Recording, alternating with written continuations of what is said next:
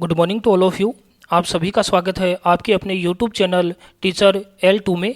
आज के सेशन में हम क्लास 4-5 अंग्रेजी विषय के कार्यपत्रक संख्या 77 से लेकर 80 तक को हल करने वाले हैं। चलते हैं। कार्यपत्रक संख्या 77। हमें नीचे कुछ तस्वीरें दी गई है, तस्वीरों को देखकर हमें प्रश्नों के उत्तर देने हैं।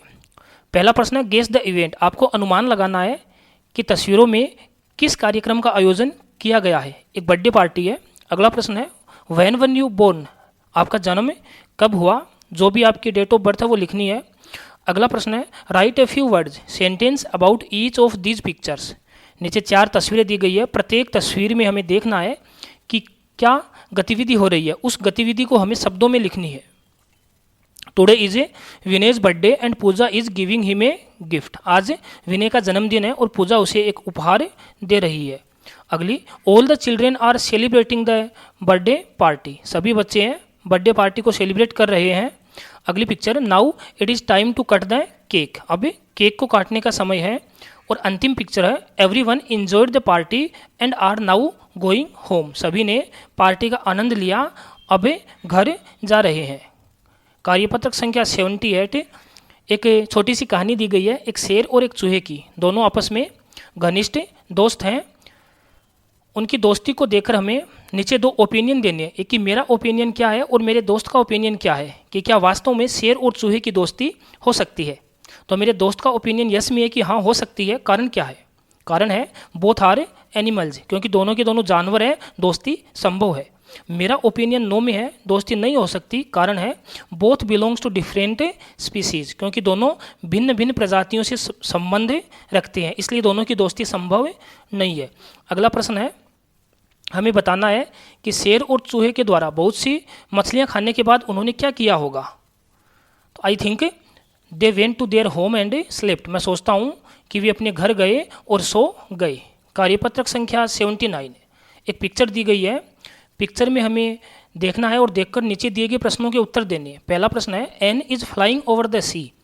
हमें देखना है पिक्चर में कि समुद्र के ऊपर से क्या उड़ रही है। एक एरोप्लेन है, तो हम लिखेंगे एन एरोप्लेन। अगला I can see 2 buses in the picture. अगला 2 bulls are pulling 1 carts. 1 horse is pulling another cart. A camel is pulling the 3rd cart. 4 में आएगा ए बिग शिप। अगले में है कमिंग आउट ऑफ इंजन।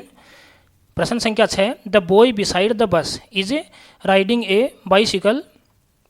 अगला प्रश्न है list all the vehicles that you can see in following categories. हमें भिन्न भिन्न कैटेगरी दी गई है कि सड़क पे चलने वाले साधन कौन से हैं, वाटर में चलने वाले साधन कौन से और हवा में उड़ने वाले साधन कौन से, उनके हमें नाम लिखने हैं। सड़क पे चलने वाले हैं कार, बस, टैक्सी, बाइसिकल और कार्ट। पानी में चलने वाले शिप और बोट हैं और हवा में एरोप्लेन है। चलते हैं। कार्यपत्रक संख्या 80।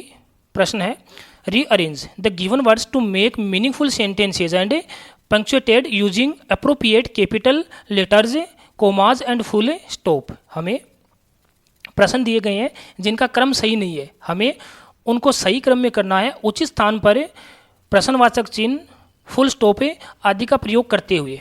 पहला प्रश्न वो दिया गया है, प्रश्न संख्या B है आई set on the merry go round. C children were running around happily. D I went with my mother and father. E we saw lots of camels, goats and toys. और अंतिम है I ate lots of jalebi in that fair. इस प्रकार हमने कार्यपत्रक संख्या 80 तक हल कर लिए हैं। आगे के सेशन में हम आगे के कार्यपत्रक को हल करना सीखेंगे। Thanks to all of you.